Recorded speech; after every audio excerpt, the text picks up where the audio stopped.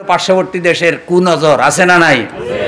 পার্শ্ববর্তী দেশ কোরআনের পাখি চিৎকার করে বলেছে ভারত আমাদের এই দেশকে মেরে ফেলতে চায়।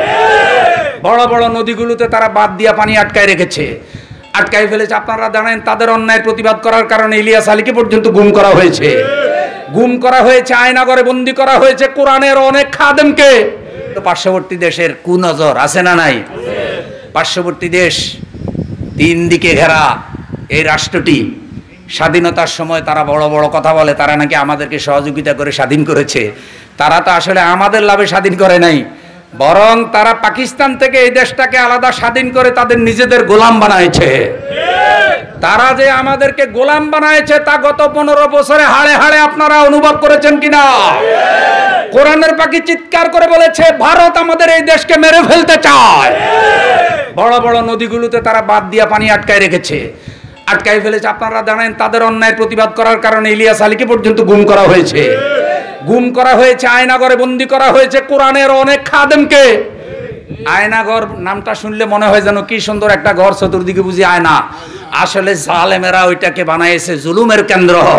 এখানে যারা ছিল তাদেরকে ঠিকমতো খাবার দেয় নাই, নামাজ পড়তে দেয় নাই, কোন দিন কি বার, কখন কতটা বাজে, দিন না রাত কোনো কিছু জানতে বুঝতে দেয় নাই, চুল কাটতে দেয় না, দাড়ি কাটতে দেয় না। এক একজনের নখ এত বড় হয়ে গিয়েছে, চুল অনেক বড় হয়ে গিয়েছে, সূর্যের আলো দেখতো না।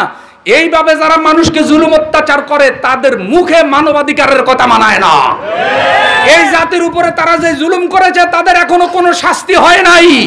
আমরা বর্তমান সরকারের কাছেও দাবি করি এই জালেমদের উপযুক্ত শাস্তির ব্যবস্থা করা হোক, যাতে পৃথিবীতে কোনো জালেম আর আয়নাঘর বানানোর সাহস না করে।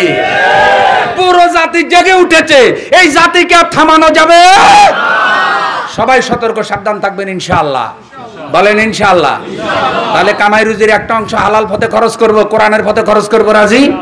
ছেলে মেয়ের পথে খরচ করব, সন্তানাদির পথে খরচ করব, আত্মীয় স্বজনের পথে খরচ করব, নিজে কাপড় চোপড় কিনবো, বাজার করব, ভালো খাবো, অসুখ হলে চিকিৎসা নেব, সব হলো আল্লাহর রাস্তায় এগুলি খরচ।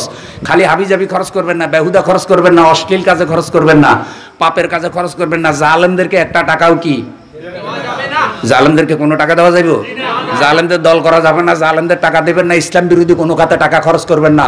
আল্লাহ আমার ভাইদের কামাই রুজি বাড়ায় দেন, আমার বোনদেরকে কবুল করুন, আমিন। আসসালামু আলাইকুম ওয়া রাহমাতুল্লাহ।